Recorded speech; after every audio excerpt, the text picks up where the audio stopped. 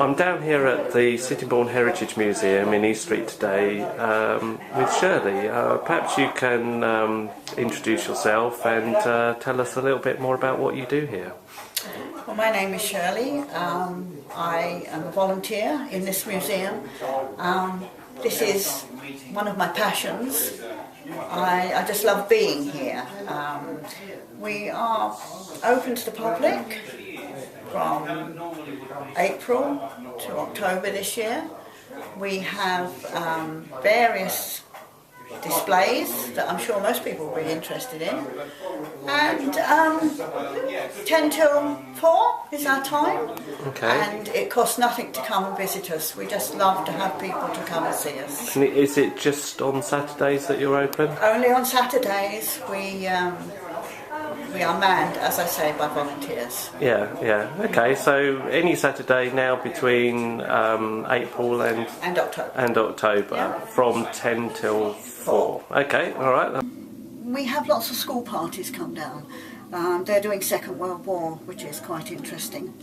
And when I bring them into the shop, I show them this. And I say to them, what do you think about that? Oh yes, I could eat that practically in one day. And when I tell them that this plate, this platter, contains rations for 1 week for one person during the World War II, they are amazed. Yeah. They're absolutely amazed. So, in having the children down here, we actually give them some sort of tangible evidence of what happened during the war. Everything here, the scales, the biscuits were in tins like this, always in tins, and everything was wrapped up, nothing was packaged. Big till, and it's just evocative of actually what a shop was like.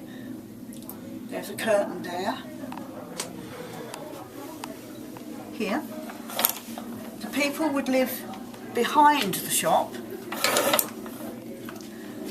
in their kitchen, and when someone came into the shop, they would draw the curtains back and go and serve the customers. I can relate to that. I used to live above a shop in my youth. Oh, right, okay. So this is our 1940s kitchen. Yeah. And in it, again, we try to explain to the children what all this equipment's about. We have Fred, who's home from the war. His uniform is over there. He's about to eat his dinner, hopefully, with Mum and the 2 children. And we have authentic rugs on the floor. There's an old peg rug here. Across that little piece there, we have what is called the scullery area. A scullery was always used for the washing. No washing powder, or very little washing powder, and you had to actually use one of these and grate your soap into the sink, and then use one of those with your washboard. Stove, gas, no electricity. And when you did the ironing, if you hadn't any points around the room, you plugged your iron into the light socket, which was quite interesting. Yeah. In one of our cabinets upstairs, First World War cabinet, there is a passport to Sheppey. Really? Yeah. I find that a passport to Sheppey. Yeah, that's what it's got on it. Why would you need a passport for Sheppey? Maybe dockyard. Oh, okay. That's funny. Yeah. There might be a few people that think you need one now. Sorry, I didn't mean to offend the people of Sheppey. Right. Now, my experiences here are quite real. When I was a small child, the air raid siren would go, and my dad would go as an ARP warden. He would disappear, and my mum and I would go down to the shelter. My mum would collect all the papers necessary.